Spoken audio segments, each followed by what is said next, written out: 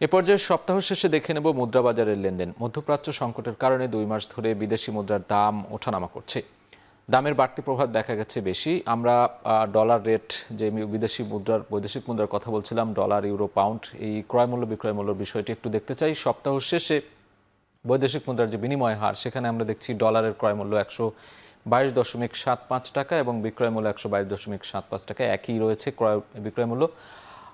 অন্যদিকে ইউরোর বিক্রয় মূল্য একটু বেড়েছে, আমরা দেখছি 143.75 টাকা এবং 143.77 টাকা বিক্রয় মূল্য। পাউন্ডের ক্ষেত্রে দেখছি 165.90 টাকা ক্রয় মূল্য, বিপরীতে 165.94 টাকা বিক্রয় মূল্য দেখছি। রুপির ক্ষেত্রে অপরিবর্তিত রয়েছে 1 টাকা 29 পয়সা, ক্রয় বিক্রয় দুটি একই দাম। ইউয়ানের ক্ষেত্রে দেখছি আমরা 17.94 টাকা ক্রয় মূল্য এবং বিক্রয় মূল্য অপরিবর্তিত 17.94।